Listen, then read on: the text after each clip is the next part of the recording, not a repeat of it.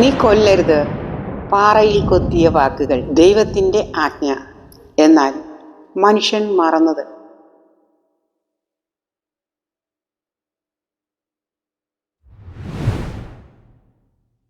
Israel Gaza യുദ്ധം മനുഷ്യത്വത്തിന്റെ നഷ്ടപ്പെട്ട കഥ.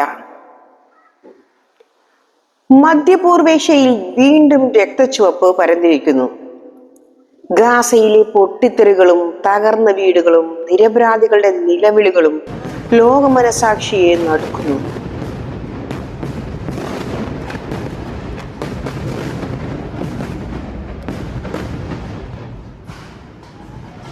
ഒരിക്കൽ സമാധാനത്തിന്റെ സ്വപ്നങ്ങൾ കണ്ട ഭൂമി ഇന്ന് മരണത്തിന്റെ വഴിത്താരയായി മാറിയിരിക്കുന്നു.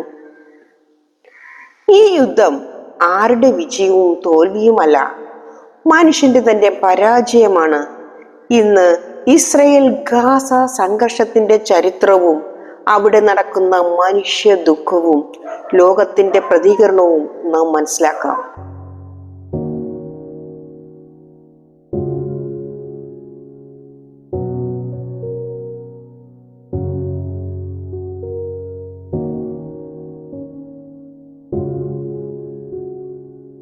ഇസ്രായേലിന്റെയും പാലസ്തീൻ രാജ്യത്തിന്റെയും കഥ ഒരു നീണ്ട പോരാട്ടത്തിന്റെ കഥയാണ്. 1948 ഇസ്രായേൽ രാജ്യത്തിന്റെ രൂപീകരണവും പിന്നീട് പാലസ്തീൻ ജനങ്ങളുടെ നാടുവിടലും ഭൂമി നഷ്ടപ്പെടലും സംഘർഷത്തിന് വിത്തായി. വർഷങ്ങൾ കഴിഞ്ഞിട്ടും ഗാസ, വെസ്റ്റ് ബാങ്ക്, ജെറുസലേം എന്നിവിടങ്ങൾ സമാധാനത്തിന്റെ തെളിച്ചം കാണാതെ നിൽക്കുന്നു. മതം, രാഷ്ട്രഭക്തി, രാഷ്ട്രീയ താല്പര്യങ്ങൾ ഇതെല്ലാം ചേർന്ന് ഈ യുദ്ധത്തെ കൂടുതൽ അപകടകരമാക്കി. ഇന്നത്തെ ഗാസ ഒരു തടവറ പോലെ.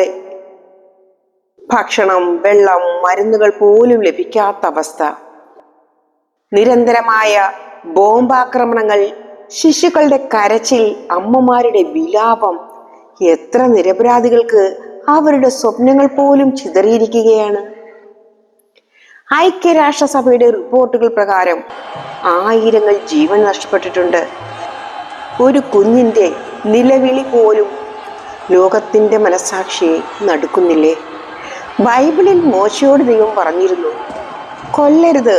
എന്നാൽ ഇന്നത്തെ ലോകത്ത് മതത്തിനും രാഷ്ട്രീയത്തിനുമുള്ള പേരിൽ കൊലപാതകം നടക്കുന്നു. പോരാളികൾക്ക് തോക്കുകളുണ്ട്, പക്ഷെ നിരപരാധികൾക്ക് സ്വപ്നങ്ങളാണ്. ആ സ്വപ്നങ്ങൾ പൊട്ടിത്തെറിക്കുമ്പോൾ ആരാണ് വിജയിക്കുന്നത്? മനുഷ്യത്വം പരാജയപ്പെടുന്ന ഓരോ യുദ്ധവും ലോകത്തിന്റെ യഥാർത്ഥ തോൽവിയാണ്. ലോകത്തിന്റെ ശക്തരായ രാജ്യങ്ങൾ പ്രസ്താവനകൾ പുറപ്പെടുവിക്കുന്നു, സമാധാനം ആവശ്യപ്പെടുന്നു. പക്ഷേ വലിയ ഒരു ചോദ്യമുണ്ട്. അവർ യഥാർത്ഥത്തിൽ സമാധാനം കൊണ്ടുവരാനോ അല്ലെങ്കിൽ രാഷ്ട്രീയ ഗെയിമുകൾ തുടരാനാണോ ശ്രമിക്കുന്നത്? ഗാസയിലെ ജനങ്ങൾക്ക് ഇന്ന് ആവശ്യമുള്ളത് ഭക്ഷണവും വെള്ളവും മാത്രമല്ല, സുരക്ഷിതമായ ഭാവിയും മാനുഷികമായ ഒരു പിന്തുണയുമാണ്. സമാധാനം ഒരു സ്വപ്നം മാത്രമല്ല, അത് മനുഷ്യരുടെ മനസ്സുകളിൽ നിന്നും ആരംഭിക്കേണ്ട ഒരു യാത്രയാണ്. കരുണ, ക്ഷമ, സംഭാഷണം ഇതാണ് യഥാർത്ഥ ആയുധങ്ങൾ. യുദ്ധം ഒരിക്കലും ഒരു പരിഹാരമല്ല. ഗാസയുടെയും ഇസ്രായേലിന്റെയും കുട്ടികൾ ഒരുമിച്ച് ചിരിക്കാൻ കഴിയുന്ന ഒരു ലോകമുണ്ടാക്കാൻ കഴിയുമോ? ആ ചിന്തയാണ് നമ്മെ മനുഷ്യരാക്കുന്നത്. യുദ്ധത്തിന്റെ ഇരുമ്പ് കമ്പികളിൽ കുടുങ്ങിയ ജനങ്ങളുടെ നിലവിളികൾ നാം കേൾക്കണം. കൊല്ലരുത് എന്ന് ദൈവം പറഞ്ഞത് ഇന്നും സത്യമാണ്. ഇസ്രായേലിന്റെയും ഗാസയുടെയും കഥ നമ്മെ പഠിപ്പിക്കുന്നത് യുദ്ധം മനുഷ്യന്റെ ആത്മാവിനെ കൊല്ലുന്നു എന്നത് തന്നെയാണ്. സമാധാനം കൊണ്ടുവരുവാനുള്ള ഉത്തരവാദിത്വം നാം ഓരോരുത്തരും ഏറ്റെടുക്കണം. വരും തലമുറയ്ക്ക് നൽകാൻ കഴിയുന്നത് രക്തത്തിന്റെ ചരിത്രമാണോ അതോ സമാധാനത്തിന്റെ ഒരു കഥയാണോ?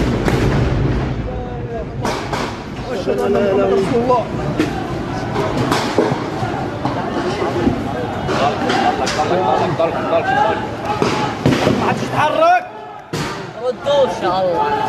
تعال ابو يحيى يا ابوي ابو يحيى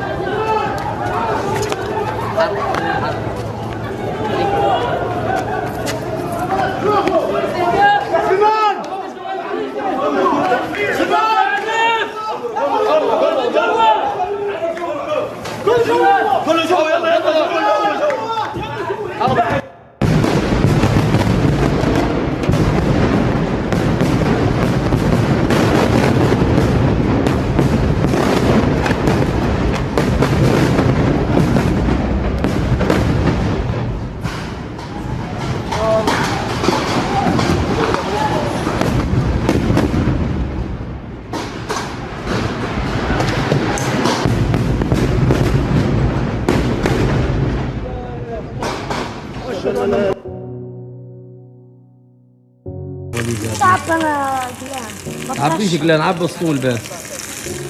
هني نعبي لك سطين وين هي؟